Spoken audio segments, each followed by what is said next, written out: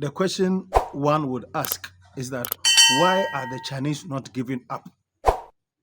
Why are they not giving up in Ghana? Why are they keeping to our forest?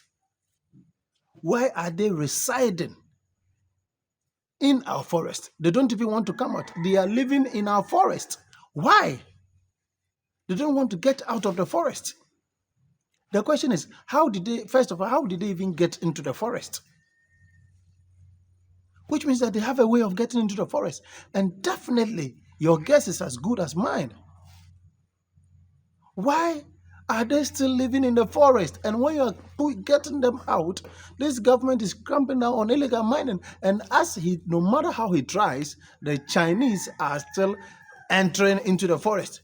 When you block them here, you see them getting out of this place. When you lock here, you see them using another route. They don't want to get out of the forest. Why? Why?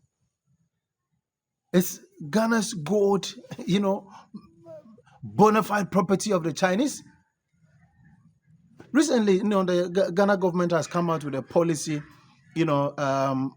instituting a board called the Ghana Gold Board to purchase all gold in Ghana. No company, foreign company, domestic company can purchase gold. You can only purchase gold from the Ghana Gold Board after they have bought it from the miners direct. That's where you can get gold. By the way, to apply for any license from the Gold Board, you must be a Ghanaian. Now, to qualify to do that, you need to show that you have a minimum capital to buy at least 50 kg of gold, which in today's terms is approximately CD equivalent of $5 million. And this money you need to prove either through audited financial statements of your company and or bank statements. You can do it through that, or you can do it through the bank statement and financial statement of any investor, partner, or off-taker you may have outside the country who is willing to send you money so that you buy gold for them. Safe to say that they cannot send you the money under the current regime directly. They have to send you the money through the Gold Board. The Gold Board then converts the money into cedis at the interbank rate and hands over the money, transfers the money to the self-financing aggregator, who is a Ghanaian. The self-financing aggregator uses the cedis to procure gold for the Gold Board and makes his commission on that trade as a Ghanaian locally.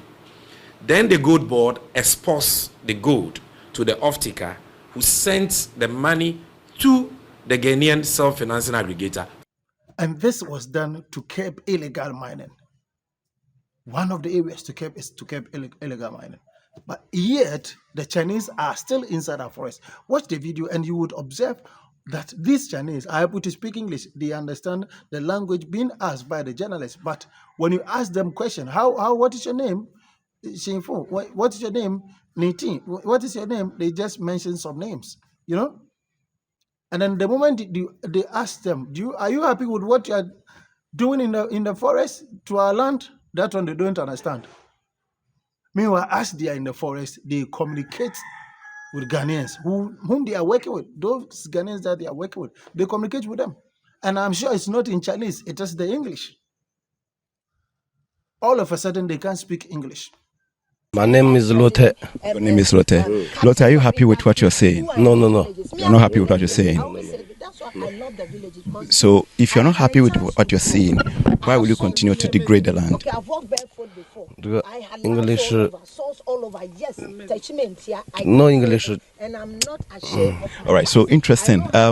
You ask their name in English and they tell you. But you ask that simple question, are you happy with what you're saying? They said they do not understand. And we have police officers like this guy who is also helping, the Chinese to evade arrest.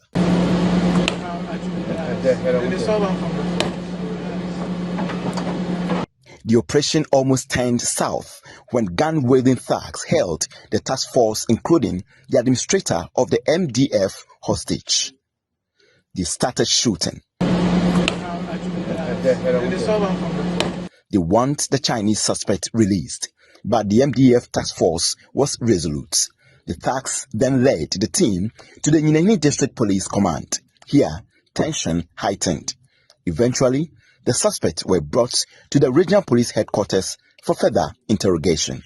We managed to push through finally through a lot of struggle and hustle.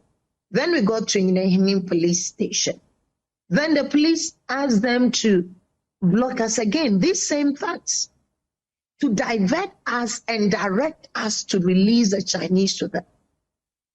That place, I really got upset because with everything we went through in the village, it was between life and death issue, where you've been held basically hostage under gunshots because you've arrested these Chinese who have committed such crime against humanity, crime against our water bodies, crime against our forests, crime against our nation. Then we manage to pull through. We get here, then you bring them to block us again with waving guns and stuff. So I came out and I said, look, enough of this. So I told the police commander that we are not living even a pin with you, because it happened in your jurisdiction and it's just around the corner. Last time we were here, they escaped. Today we've come from. What effrontery. We have police like this guy. When the officer is trying to ensure that these Chinese are brought to book, he also have local guys wielding guns trying to subvert the law.